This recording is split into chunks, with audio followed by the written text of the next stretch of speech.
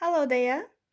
So this is my reading practice test, and I practice Cambridge Book 15 reading test 1 in 52 minutes, and my result is 34, which makes it 7.5.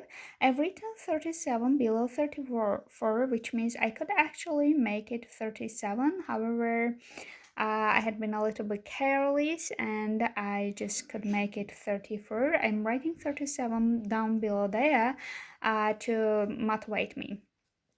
So here it is. I have 6 mistakes, and I'm going to share how I usually work my reading tests. First of all, after finishing my reading test, while checking, I use only pluses and minuses. I don't write the correct answer because I will come back to the text again, passages again, and read and try to understand the correct answer again once more.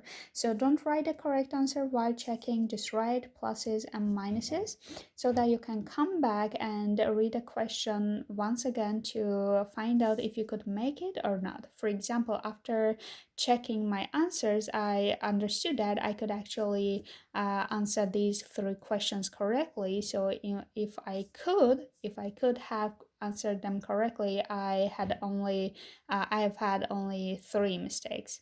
However, I couldn't. So that's okay. That's still okay.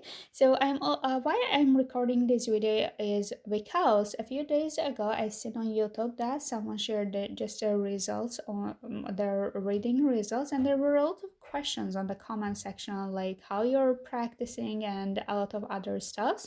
So I decided to actually record my videos, my practice results, because I'm gonna take real IELTS exam on 19th and 21st of January. 19th of January I'll have speaking tests, and 21st of January I'll have other sections, reading, writing, and listening tests exam. So I'm going to share the results here on YouTube to keep myself motivated, and also inform you a little about reading tests and how am I practicing it. So as I said, while checking, I use only pluses and minuses and don't write the correct answer so that I can come back to the reading passages again and try to understand the correct answer.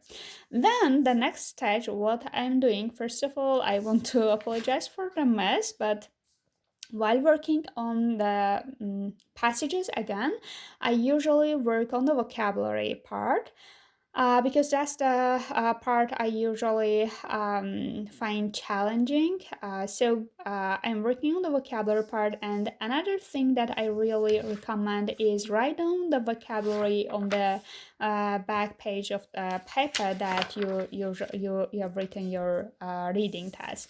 So why I advise it, because I just find it much easier to come back to the vocabulary and revise it again, and so that it will help you to remember the words much easier. So, and I also separate them as passages, passage 3, passage 2, and passage 1 that I haven't written. Why I'm doing vocabulary and working on vocabulary is because reading passages are very good sources for writing and speaking. There are really good expressions there, and while working on this reading, I found some really nice expressions that I really want to share with you here in this video. One of them is here that you can use on your writing. I know my handwriting is a little bit mess, but I'm going to read them so you might understand it. So here it is. Technology, as we know, is one of the most used topic on IELTS exams. So we could use this sentence as an opening in our IELTS writing essays, essay 2. Technology is advancing so fast. You know the word advance. And one frequently cited motive is safety. That's a very good sentence, I guess, for IELTS writing over 7 or maybe 7.5. I really don't have a lot of experience as it will be my first experience of taking IELTS. However, that looks like a good sentence. One frequently cited motive is safety. I have actually prepared for IELTS exam twice, last year and this year, but I just couldn't take the exam. So I just decided to book the exam so that I can start preparing again. Then we can use as a contributory factor. That's also another good one. Beyond these direct benefits, we could use these ones in our writing test. Beyond these direct benefits, if you have already had some ideas about about the structure of IELTS, you really I know that you'll understand me, because these sentences are the ones that you can really use in your IELTS writing. So besides, there are a lot of other things, but I don't want to really make this video too long.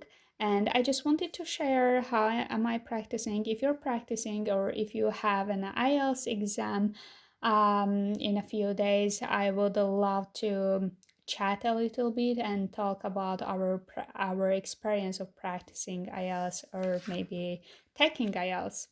So that's all for now. Goodbye. Have a nice day.